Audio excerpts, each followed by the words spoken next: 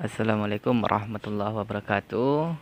Perkenalkan, saya Muhammad Ilham, NIM 20234011. Di sini saya akan mencoba mempresentasikan aspek-aspek dari budaya Minangkabau. Nah, terkait dengan Minangkabau, kita pasti sudah dengar dengan adat Minang ini karena sudah banyak kita temui di seluruh wilayah Indonesia, terutama yang di geografi Sumatera Barat.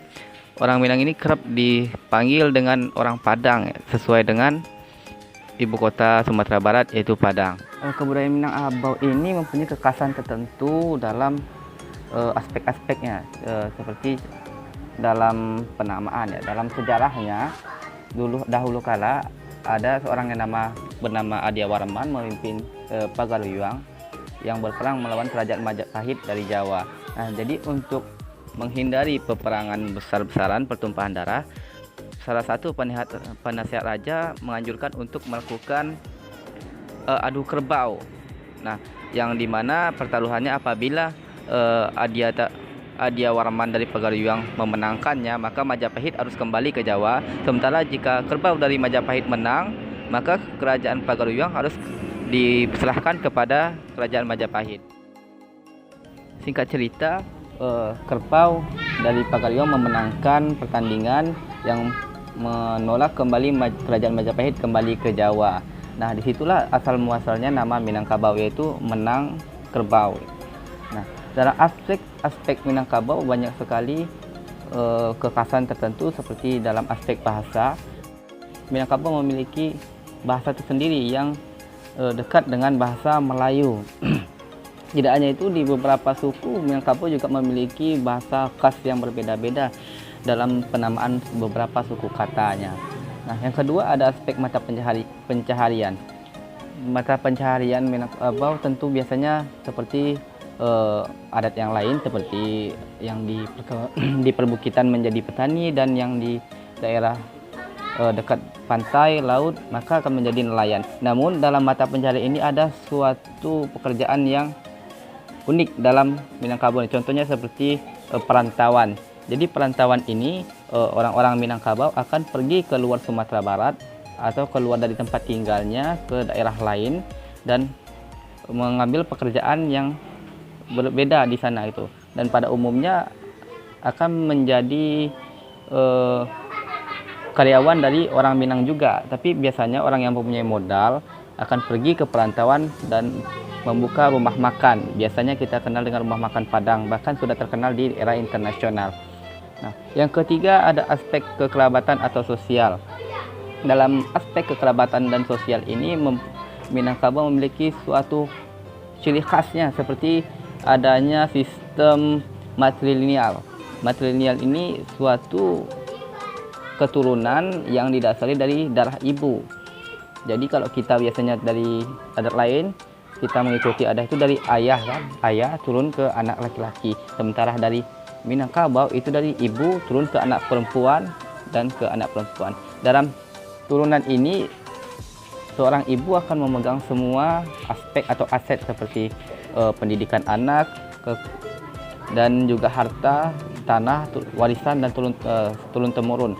Dan tetapi dalam turun-temurun ini, dalam tanah, maka akan dikatakan tanah pusaka, kalau yang kita kenal tanah pusaku. Dalam kekerabatan, seorang laki-laki atau ayahnya tidak akan dihitung di dalam keluarga, akan dihitung sebagai pendatang yang biasa kita sebut komando atau orang pendatang. Tetapi dia tetap di dalam keluarga dari pihak ibu, yang menjadikan dia nenek mama bagi keponakan-ponakannya. Contohnya misalnya kita laki-laki menikahi seorang dari Minangkabau, maka yang laki-laki itu akan dikatakan semando dan memiliki gelar-gelar tertentu seperti sultan, bagindo, sidi, dan lain-lain gitu.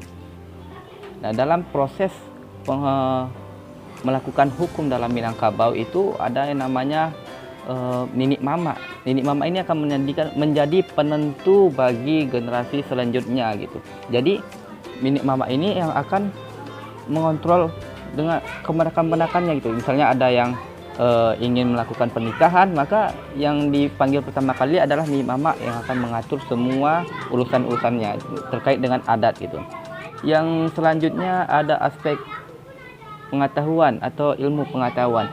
Dalam Minangkabau ada yang namanya filosofi alam takambang jadi guru atau alam terbentang menjadi guru. Nah, di sini dikatakan bahwa orang Minang akan belajar dari keadaannya masing-masing. Seperti ada yang di perantauan, maka dia akan mempelajari semua yang di perantauan. Jadi tidak ada alasannya bahwa orang Minang itu adalah orang-orang yang bodoh, karena sudah didasari oleh filosofinya bahwa alam takambang jadi guru. Jadi dia akan mempelajari semua yang ada di sekitarnya dan mengetahui apa yang tidak diketahuinya. Selanjutnya ada namanya aspek kesenian. Seperti adat-adat yang lain, tentu saja Minangkabau juga memiliki kesenian-kesenian dengan ciri khasnya sendiri. Contoh seperti dari seni bangunan, drama, tari, dan lain-lain gitu. Dan seni bela diri. Jadi di Minang ini seni bangunan ini ada yang khusus seperti tanduk kerbau sesuai dengan kemenangannya tadi, berbentuk tanduk kerbau yang biasanya dinamakan gonjong. Lalu ada seni drama. Drama ini biasanya kita kenal dengan randai ya. Terus ada seni tari, ada tari piring dan tari persembahan. Tari persembahan ini biasanya digunakan untuk menyambut acara-acara tertentu, seperti ada acara peresmian, acara penyambutan, maka akan diadakan tari persembahan untuk pembukaannya. Lalu tari piring ini seperti tarian yang memegang piring di tangannya sambil menari tanpa menjatuhkan piringnya dengan melodi musik khas Minangkabau. Lalu selanjutnya ada aspek religi.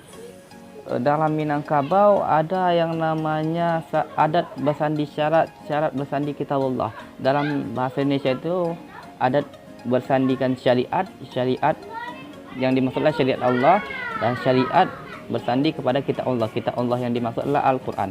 Nah, jadi pada umumnya bahwa orang Minang itu adalah orang-orang Islam ya. Bahkan diutamakan setiap ada kegiatan atau acara, maka yang pertama kali dipanggil selain Nini Mama adalah alim ulama. Dan kalau di Minang namanya tuanku. Jadi tuanku itu bisa jadi ustadz atau alim ulama atau imam masjid di daerah Minangkabau. Dalam aspek agama ini, Islam akan menjadi dasar dari seluruh kegiatan adat atau perayaan yang ada di Minangkabau gitu. Jadi contohnya seperti perayaan pernikahan, maka didasari oleh kegiatan-kegiatan yang didasari oleh Islam.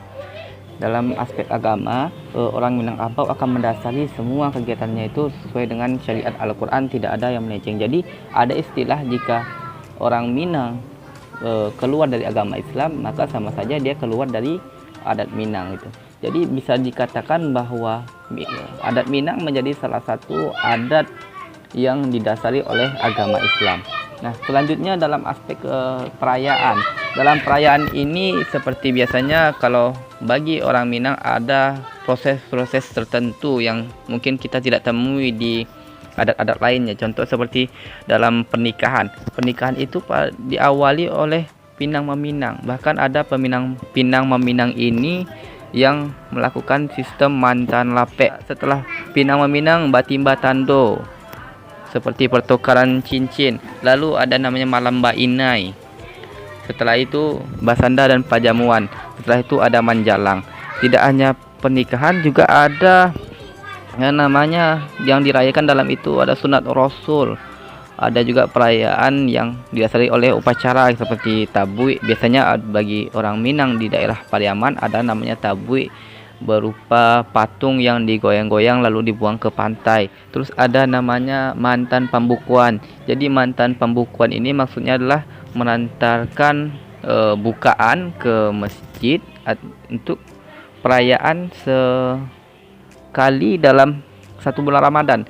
Jadi dalam itu akan ada orang yang mengantarkan makanan untuk berbuka, sekaligus ada pencerahan dari tuanku atau ustadz-ustadz tertentu yang diminta untuk mengantarkan ceramahnya. Jadi itulah aspek Minangkabau yang bisa kita pahami, yang memiliki keunikan tertentu dari adat-adat lain. Mungkin sekian yang dapat disampaikan. Terima kasih atas perhatiannya. Wassalamualaikum warahmatullahi wabarakatuh.